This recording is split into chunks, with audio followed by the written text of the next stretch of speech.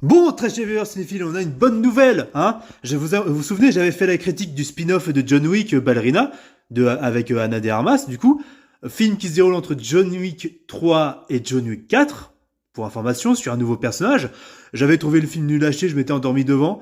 J'avais trouvé que c'était le style John Wick, mais caricaturé et mal amené et de manière grossière.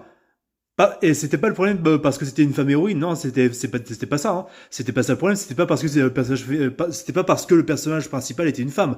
Même s'il y avait à la fois le côté critique du patriarcat, le côté wokiste, et à la fois le côté film d'action assumé, mais avec une femme forte sans être politisant, tu vois. Il y avait un autre d'eux qui gênait beaucoup là-dessus, tu vois, qui était assez compliqué à cerner, forcément. On avait Keanu Reeves qui reprenait le rôle de John Wick. Bon, j'ai envie de vous dire, le film m'avait pas plu, finalement, quoi qu'il arrive, j'étais parti avant la fin. Et bon, pour vous dire, bon, s'ils font que des spin-offs sur d'autres personnages autour de l'univers de John Wick, pourquoi pas? Parce que bonne nouvelle! Vous vous souvenez de Kane? Oui, vous vous souvenez de Kane? Le personnage joué par Donnie Yen, le combattant chinois, là, asiatique, qui est aveugle et qui a une canne, hein, qui découpe des mecs en rondelles, qui était dans John Wick 4, qui était sans doute le meilleur personnage du film, littéralement. Et bah ce mec-là, ce personnage-là, Donnie Yen, qui est la plus grande star actuelle du kung-fu au cinéma, tu vois. Le mec, c'est le nouveau Bruce Lee.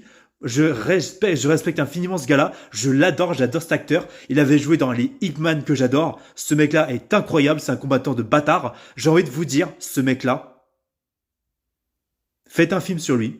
C'est tout ce qu'on attendait. D'autant plus que dans John Wick 4, il y avait une scène post-générique où on utilisait bien, voilà, une histoire de vengeance avec voilà, Donnie Yen qui reprendrait son rôle de Kane, avec du coup la fille du mec qu'elle a tué, du japonais qu'elle a tué dans John Wick 4, parce que voilà, c'était des ennemis à John Wick, etc.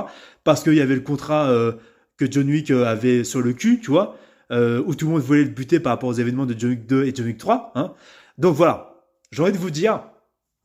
S'ils ne font pas de John Wick 5, tant mieux. Parce que c'était la conclusion dans John Wick 4, c'était la conclusion comme quoi John était déprimé, il a rejoint sa femme, il est mort, point barre, faut laisser enterrer le personnage, faut pas le faire revivre, sinon ça deviendrait une blague de merde. Voilà. Faites comme ce que vous aurez dû faire avec Matrix, faire 3 films, ne pas faire Matrix 4, alors ne faites pas Matrix 5, et foutez la paix avec Keanu Reeves. Laissez-le faire autre chose, laissez-le au moins un minimum se reposer, s'il veut faire encore des films d'action, tant mieux, mais laissez-le d'abord souffler un peu, parce que les John Wick, il a enchaîné que ça le frérot, laissez-le tranquille un minimum, d'accord? Laissez Keanu Reeves tranquille, et concentrez-vous sur les nouveaux personnages. Concentrez-vous sur Kane, je sais, ou même une autre femme forte, je sais pas. Mais voilà, c'est ce qu'on voulait, tout simplement.